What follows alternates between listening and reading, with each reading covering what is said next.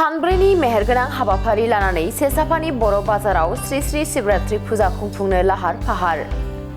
शिवरात्रि फुजा खुंफुंनायजों लोगोसेनो सेसाफानि बर'ब बाजाराव गोदानै लुफुंजानाय शिव मन्दिरखौ बेखेवनाय जागोन।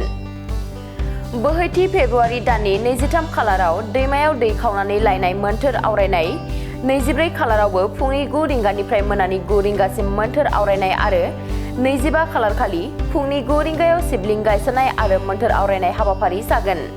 जोबथा सान एबा 26 फेब्रुवारि खालार खालि 29थि शिवरात्रि फुजा होनाय जागोन। 23 फेब्रुवारि खालार खालि दै खावनाय हाबाफारियाव ओनसोलनि रायजो राजाफोरखौ दोलै नोगोरै बयखौबो बाहागो लाफानो आरो सानफ्रोमबो मोन्थोर आवरायनाय हाबाफारियाव बाहागो लानो थाखाय खावलायदों रंजाखुंगुर बसुमतारिया। खुलुमबाय गिबि गिबियाव नोंथांमोननि चेनेलसिम। नैबे जोंहा शिव मन्दिर, थारमाने जोङो बे शिवरात्रिखौ जोङो 2006 सननिफ्राय 1996 निफ्राय जोङो मोनसे लिंग बसायनानै जों बाजार एरियायाव जों फुजा खालामबोदोंमोन। दा बिदिनो फैयै फैयै दिनै 29 बोसोर जाबाय। जों 29 बोसोरनि गेजेराव जों जेबो मोनसे मन्दिर हिसाबै जों सिबिनो हायाखैमोन, मोनाखैमोन, जायगा मोनाखैमोन। खिन्थु बिदिनो जोङो जेरैखि जायाबाबो फिसा मोनसे जायगा होनानै बिनि थाखाय जों न' फिसा मोनसे लुनानैबाबो थिं सायला होनानैबाबो जों सिबिबोदों दिनैसिम। 29 बोसोराव देग्लाय आगान सुरबाय।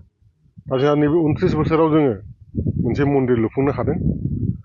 बेहाय जोंहा रायजोनि बे सेसाफानि ओनसोलनि 12-13टा गामि कुहिपार, भेलामारि, बरभेरा, कादङा, दक्षिण फालासगुरि, कुमारपारा, सेसाफानि, खारखेला, फुख्रिपारा बिदि लोगो नांनानै जोंहा मोनसे सम्पति दंमोन आरो रायजोनि।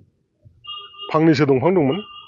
जों बे फांनैसो दंफाङाबो जों देरनायलाय आरो गाज्रि जानो हमनायलाय जों बे दंफांखौ हाफायनानै जोङो एसे फाननानै गरनैसो थाखा मोन्दों। आरो बिदिनो जोङो रायजोनाव बयनावबो जोङो बे ओनसोलनि रायजोनाव जों बयनावबो थांदों। ओरै खारखेला खैरानि नेपालि समाजफ्राबो जोंखौ सहाय होदों आरो जोंनि जे ओनसोलनि जिमान दङ गासैबो जोंखौ सहाय होदों। जोंनो एसे एनै फैसा होनानै जों बे मन्दिरखौ लुफुंनो हादों। ओंखायनो जोङो बे मन्दिरखौ लानायनि थाखाय जों मोनसे प्रग्राम खालामदों एबार। जोंहा 23, 24, 25, 26 थारिखआव जाहैबाय शिवरात्रि। जोङो 25 थारिखआव जोङो नैबे शिवलिंगखौ जों गोदानै जों गायसनगोन। जों बेफोर बुस्थुखौ जों जगार खालामजोबखाबाय गासैबो, माने जोङो लानोल'सो बाखिसै। बेनिफ्राय जोंहा 23 थारिखआव जोंहा जल जात्रा दं, माने दै खावनानै लायनाय। बे दै खावनानै लायनानै जों मन्दिराव जोङो बिनिफ्राय थाबायनानै जों थांगोन 1 किल'मिटारसो गोजानाव। जोङो दारांगा दैयाव लायनो थांनायनि जोङो सिन्था खालामदों। जोङो ज' बिदिनो आइजोफोरखौ लानानै आरो जों हौवा मानसिफोर माखासे लानानै जोङो 200 जनसो 250 जनसो जों गेदारिं जानानै जों थांनो सानदों। आरो आं खावलायदोंबो जाहाथे जोंनि ओनसोलनि गासैबो गामिनि आइजोफोरा आरो भक्त शिब भक्ति हौवाफ्राबो बा हिन्जावफोराबो ज' फैनानै ओइदिनखालि 23 थारिखआव जोंखौ सहाय होनांगौ। दा बिदिनो जोङो 23 थारिखआव जोंहा बे जल जात्रा थांगोन। जल जात्रा थांनायनि उनावहाय जोंहा फुजा पाठ जाबाय थागोन। 24 थारिखआवबो फुजा पाठ जागोन। जों बिनिफ्राय 25 थारिखआव जोङो माबा मोनसे समाव जोङो बे शिवलिंगखौ जोङो गायसनगोन आरो बे जोंनि मोनसे प्रग्राम आरो माने जोंना गल्डेन जुबिलिबो थांबाय, सिलभार जुबिलिबो थांबाय हिसाबै जों जोबोद 29 जों सिलभार जुबिलिखौ जों फालिस्लाबनो हायाखै। खिन्थु जोङो मन्दिर गैयिनि थाखाय जों हायाखैमोन। जोंना मन्दिर लुनायनि थाखाय जोङो लुफुंनो हानायनि थाखाय जों एबार जों एसे गाजा गोमजायै जों खालामनो सानदों। आसा खालामो गासै रायजो राजाखौ आङो नोंथांमोननि चेनेलजों खावलायो जाहाथे बे हाबाफारियाव गासैबो ज' जोंखौ सहाय होफैयो। नोंथाङा रेलवे, आसाम पुलिस, बेंक, टेट बायदि सरखारि साख्रि मावनो गोसो दं नामा? एबा नोंथाङा बेफोर बायदि साख्रिनि थाखाय थियारि खालामगासिनो दं नामा? नोंथाङा railway, Assam police, banking, SSC, Assam direct recruitment, TET बायदिनि आनजादखौ खनले होदोंब्लाबो जाफुंसारनायखौ मोननो हायाखै नामा? जुदि नोंथाङा railway, Assam police, banking, SSC, Assam direct recruitment, TET recruitment आनजादनि थाखाय थियारि खालामगासिनो दङब्ला नोंथांनि थाखाय लानानै फैदों मोनसे मोजां रादाब।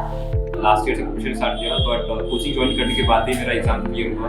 तो मेरा इस साल 3 एग्जाम का प्री क्लियर हुआ, CHSL का प्री क्लियर हुआ, फिर IPS PO का मेरा प्री क्लियर हुआ है और CGL का भी मेरा प्री क्लियर हुआ है। तो अभी मैं मेंस का प्रिपरेशन कर रहा हूँ।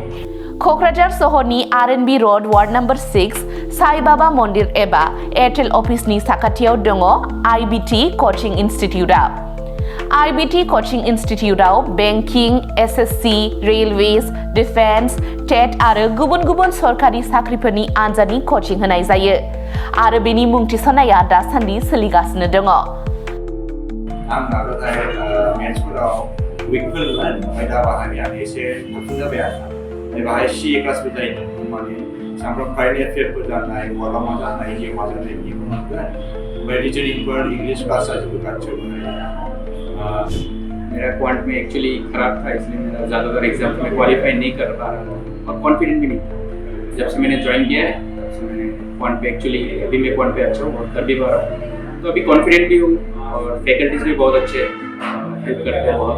IBT कचिं इनस्टिट्यूटआव मुं थिसननायनि गोबां मुलाम्फाफोरखौ नोंथाङा मोननो हागोन, जेरै ल' course fees, specially daily current affairs classes, lifetime membership card, weekly 5 to 6 days classes, comprehensive study materials, regular online and offline mock test, Make My Exam app, flexible class timings, doubt clearing session।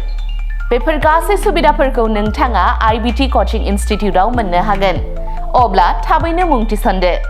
आबुङै मिथिनो थाखाय 9387277188 एबा 9101325849 आव सोलाद लानो हागोन।